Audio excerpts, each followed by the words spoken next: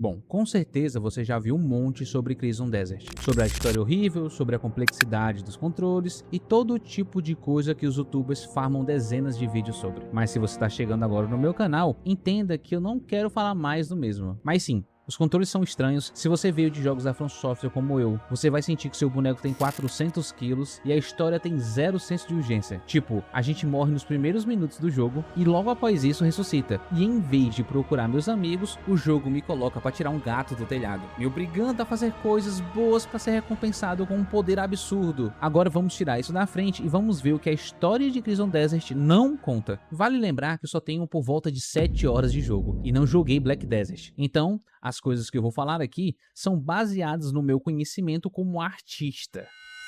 Enfim, no começo do jogo a gente é inserido em uma situação tensa. Fomos atacados, tem pessoas mortas, e o que parece que esse bando ou é um bando nômade, ou eles são meio que recentes, mesmo que o diálogo deles indique o contrário. A cabana é um bom exemplo.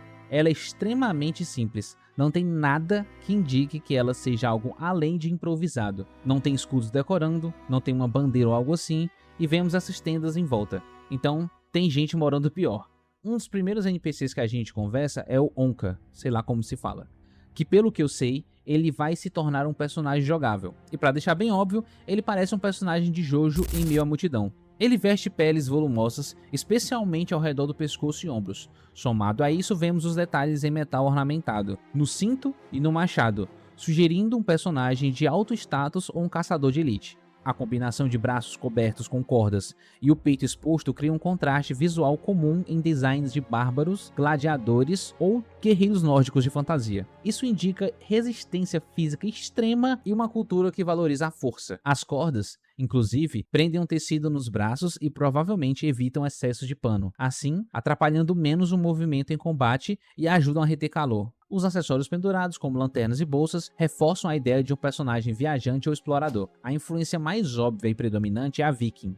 O uso de peles de animais, o cinto largo de couro e os icônicos machados com gravuras têm o estilo Mammen ou Hingehike, eu acho que é assim que se pronuncia, muito usados quando falamos dessa cultura nórdica. Esses padrões entrelaçados no metal do machado têm uma forte fundação na arte encontrada no sítio arqueológico de Latene, eu acho que é assim que se pronuncia, que foi uma cultura europeia da Idade do Ferro. Agora, é só ignorar que esse machado está preso por forças telepáticas. Eu falei dele antes de falar do nosso personagem, até porque assim que eu tive a possibilidade eu troquei a armadura dele.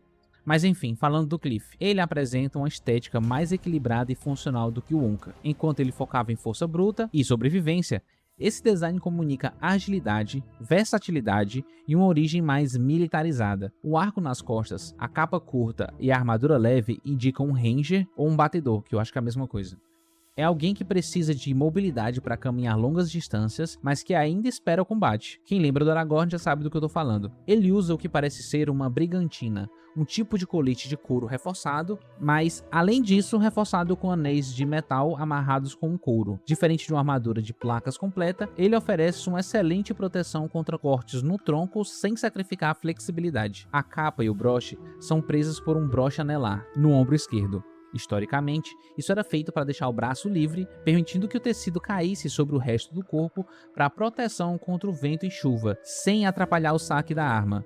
Pintura facial com listras azuis sugere uma inspiração nos Pictos, povos da Escócia antiga, ou dos bretões, que usavam wood, eu não sei se é assim que se pronuncia, que era uma planta onde era possível produzir um corante azul, usado para intimidar inimigos e marcar linhagens tribais. As cores marrom e ocre são pragmáticas, servem como uma camuflagem natural em ambientes de floresta ou montanha. A ideia do Cliff era gerar um contraste de textura entre lã, o couro e o metal polido dos anéis. São usados para criar uma leitura visual muito rica, facilitando o entendimento do peso de cada peça. Enfim, uma cena mais 18 acontece e vemos essa espada. Embora eu não ache que faz sentido com o que vemos no futuro, vale tentar entender de onde essa espada veio. A cruzeta tem um design imponente, com uma guarda em forma de V invertido, que termina em pontas arredondadas. Isso não serve apenas para proteção. O formato ajuda a travar e desviar a lâmina do oponente para longe da mão do usuário. O acabamento em ouro ou bronze polido, com gravuras detalhadas, indica uma arma nobre, um capitão ou um herói de renome.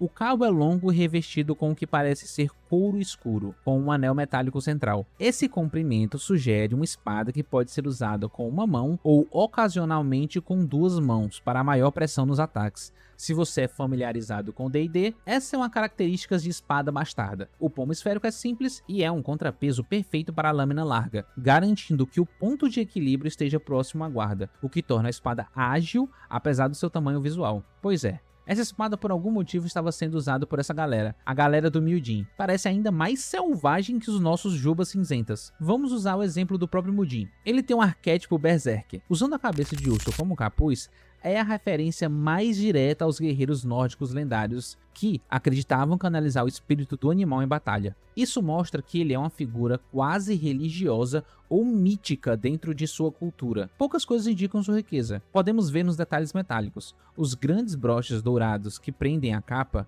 a corrente dupla de ouro no peito e o cinto largo com detalhes intrincados, e isso o separa imediatamente de um guerreiro comum. Certamente essa abundância de ornamentos são espólios de guerra, e para somar isso vemos esses troféus de caça. Além da pele de urso, ele carrega garras e dentes de animais pendurados no cinto e na armadura. Esse tipo de design de personagem serve para mostrar o histórico de vitórias do personagem sem precisar de muito diálogo. A silhueta dele é extremamente quadrada e larga. As camadas de pele sobre os ombros, somada à capa pesada, cria uma forma visual de rocha, sugerindo que ele é um personagem impossível de ser derrubado. Se você é acostumado com o concept art de personagens, já deve estar cansado de ouvir sobre como a forma quadrada transmite estabilidade. Assim como Cliff, vemos um contraste de textura, só que um pouco caótico, nos pelos desengrenhados do urso, mas também ordenado, nos padrões geométricos do couro e no metal do cinto. Assim como o Cliff, ele usa as marcas azuis, mas nelas há um aspecto mais agressivo e espesso, focando nos olhos para intensificar o olhar. Óbvio, diferente dos outros, Muldin usa o espaço visual negativo de forma muito eficiente. O capuz escuro emoldura o rosto, focando toda a nossa atenção na sua expressão. É um design feito para criar esse ponto focal. Ou seja, se aquela era a espada dele, podemos ver que, assim como é nos seus trajes, ela também seja uma recompensa de um espólio. Depois da morte, vamos para o abismo. Bom, não consegui imaginar uma influência forte para esse design, para ser sincero, mas essa rocha pouco polida, mais esses ornamentos tentam transmitir antiguidade. Eu acho que esse padrão pode ser uma mescla de cartões perfurados com uma escultura cúfica, que é um tipo de, abre aspas, fonte islâmica antiga. As letras são um pouco semelhantes com a caligrafia geométrica, onde são estilizadas com formas retangulares para caberem perfeitamente em mosaicos e tijolos. A precisão dos cortes sugere ferramentas avançadas, enquanto a forma dos glifos sugere uma língua que pode ter sido perdida ou que é sagrada. Ela está inserida em uma moldura clássica de arquitetura.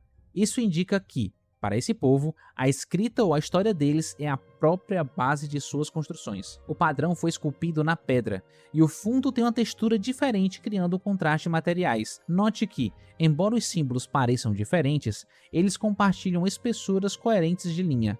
Isso cria uma unidade visual que faz com que o nosso olho aceite o padrão como algo funcional e real. Continuando nesse lugar, vemos esse quebra-sol. Em tempos modernos, funciona como um elemento que filtra a luz solar, mantendo o ambiente interno fresco, mas bem iluminado. Veja como as plantas são postas ao redor para que elas também ajudem a refrescar o ambiente. Em um contexto monumental, esses vãos verticais servem para permitir a passagem de luz de forma mais dramática.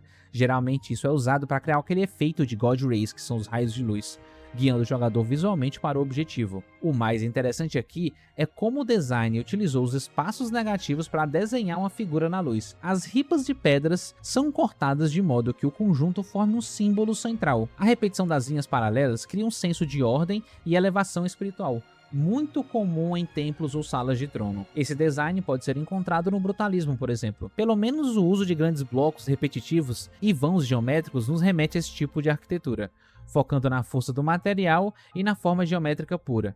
Se você procurar no Google Brise Soleil Art Deco, podemos encontrar figuras geométricas e linhas retas que formam um desenho simétrico parecido com as que vemos aqui, mas aplicadas em um contexto medieval fantástico. Enfim, tem algumas questões que eu tenho com esse jogo.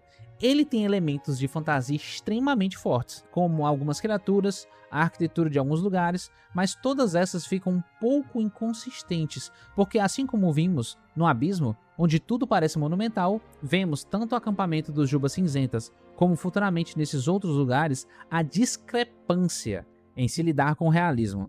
Não estou falando de fotorrealismo, mas de quando algumas coisas são alicerçadas na nossa história e outras são tão fantasiosas. Acho que faltou integrar melhor a fantasia nas partes mais pobres, se podemos dizer assim. Tipo, nessa ponte onde o Sebastian nos guia. É uma ponte extremamente possível e simples. Seria mais coeso ter pelo menos algum tipo de ornamento mais chamativo, nem que tenha que ser feito de madeira também. Logo após, encontramos essa feira, que mesmo que seja um pouco ornamentada, sinto a falta de ter mais cor ou coisas mais estranhas.